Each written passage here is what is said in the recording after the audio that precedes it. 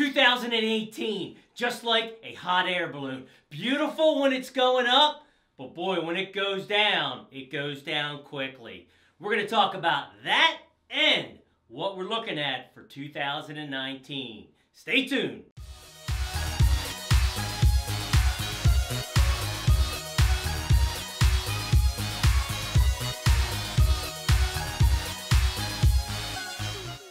Hello, this is Michael Loftus for Wealth and Wisdom TV, where education is the key to a successful financial future. First up, we've had a lot of questions on why are you doing these videos? So real quick, we started a couple years ago. Felt it would be a great way to educate and communicate with our clients. Obviously, the markets are moving all the time, and it's real important that we stay in front of our clients. And it has grown. We've hit 950,000 views in our channels, all these subs. But at the end of the day, I want you to understand, we do these to educate and communicate, but we, as financial advisors and wealth managers, I have to apply this and make those tough decisions. So what you see in these videos, we do, in fact, apply to our clients' portfolios. Next up, let's talk about our agenda. We're going to go through when it's time to buy, when it's time to sell. We're going to go through the charts. I love the charts, but from those charts, we're going to give definitive signals on what we think is happening right now. From there, tweets of the week, then what keeps me up at night, and hopefully, if there is something on my radar. Let's get started by talking about time to buy and sell. So when it comes to buying and selling, it's about having a process. And part of that process is risk management because it's going to help you when to buy and also when to sell. Shown this before, but here's the market, right? You've got the bottom 10%. I generally don't bottom feed. I want to see it come up, and then the hope is to capture as much as we can on the upside. The problem is nobody knows the top. And if you look at that 10%, and that's what happened at year end, when do you get out? Because if you look at that point, the hope is to reduce that as much as possible and really reduce the most of the downside risk. Now, let's get to the big charts.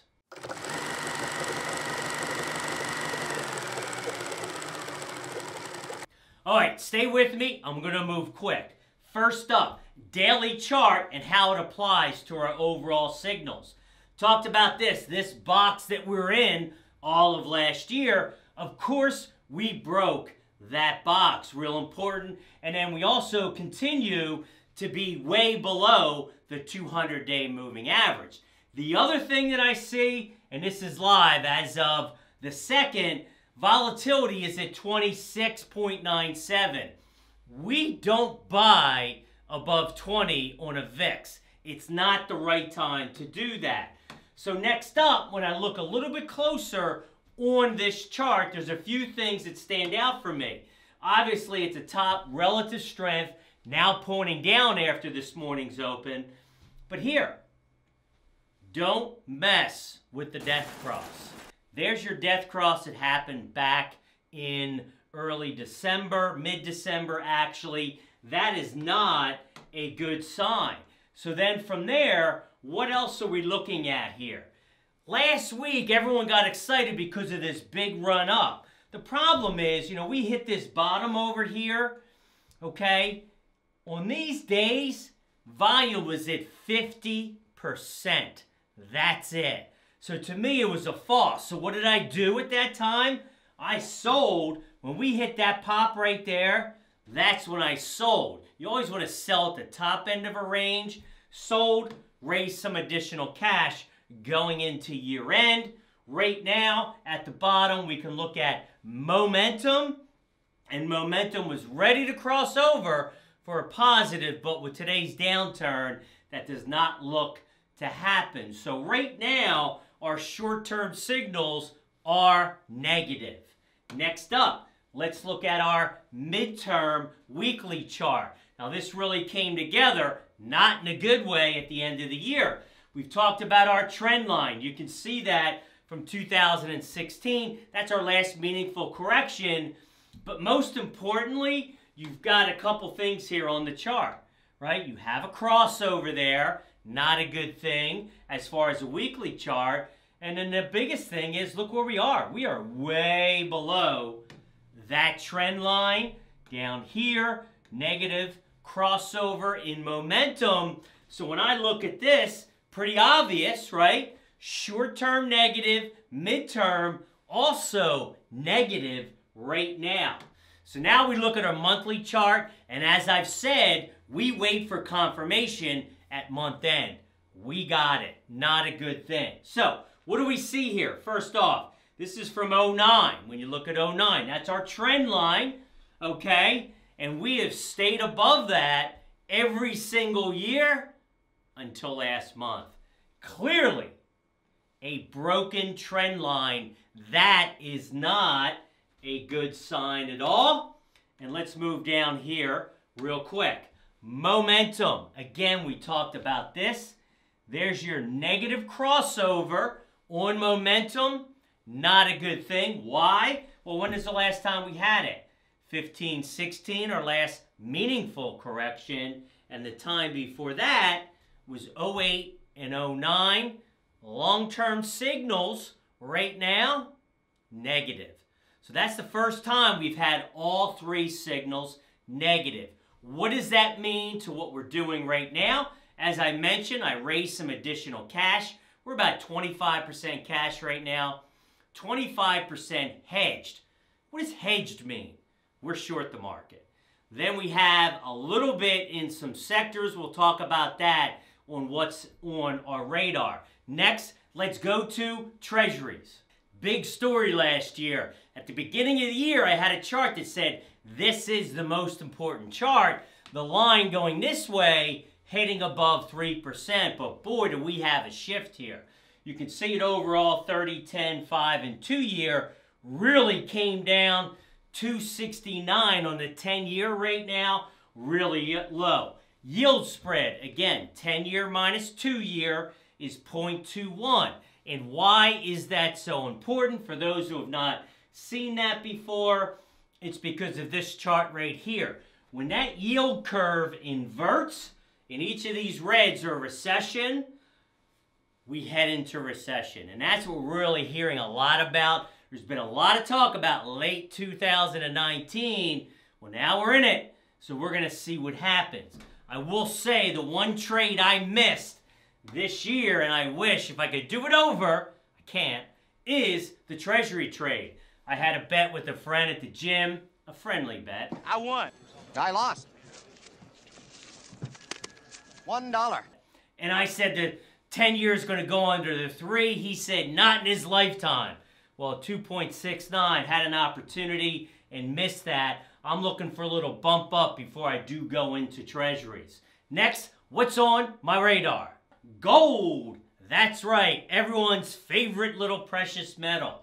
Now, when we look at gold, you're either in or out. I've shown that chart before, but I've been watching this. You hit your bottom, you start getting a series of higher highs. All of those are very good signs. So for us, I talked about earlier, I'm not going to bottom feed, right? I'm not going to bottom feed over here, but I started tiptoeing in at the end of the year. December 21st, I added about 3%, 3 to 5, depending on the portfolio of gold. We've had a nice little bump up. We'll probably consolidate here this week, hopefully before we see another leg higher. So besides gold, what else is on my radar? I talked about the VIX being elevated. You don't buy. And we are seeing that shift. So defensive sectors. So outside of gold, I'm holding REITs, utilities, okay, 2 defensive sectors, and healthcare. Got a hit at the end of the year. Everything got hit. But I stuck with them as I see we're going to continue to go higher into the next year. Next up, tweets of the week. Got a couple new folks here. First up, Christopher Barud. Hopefully, Barad. I don't know, Chris. We haven't met. Sorry if I'm butchering your last name. But a list of Federal Reserve Manufacturing indexes. Whew, the trend is not your friend. Look at all those going down into year end. Not a good one. Next up, odd stats. And he is an odd one. He's also a little bit edgy. Congratulations, 2018. The second worst December in history. And you can see the other four. Not too good. And again, another trend we don't like see going into the final year. Sorry, some more bad news here. Daniel Lacal. Look here, global synchronization. It shows you everything that was down last year, and that is not a pretty picture. We have links to all of these folks down below that you can follow. Whew, what keeps me up at night? I gotta tell you, heading into 2019, there's a few items, wait, a few? More than a few, right? Peaks, end of cycle signs everywhere. We've talked about this. The Fed. I'm going to get more into this in the next couple weeks, but you've got rising rates, quantitative tightening. It's bad enough to have one of those, to have two of those. Is it any coincidence we started going in October, going down, when those two started synchronizing? No, not at all. Europe, emerging markets. We saw it this morning with news out of China. No ammunition, nothing to help them. They are just getting started on a continuation in a downtrend. Corporate debt, we're going to talk about that a lot more as the year goes on. Really worried about that. And of course, political and geopolitical, which we can't manage. Because one day it's this, one day it's that. But it's always on our radar. Wrapping things up, fear and greed, as you would expect. A lot of fear in the market. Up from a 2 a couple weeks ago at a streaming 12, but not a good thing. Our signs again, negative, negative, negative, short-term, mid-term, long-term. So we are in a very much pause position right now until we see a sign of this market. Thanks for watching. Michael Loftus, Wealth and Wisdom TV.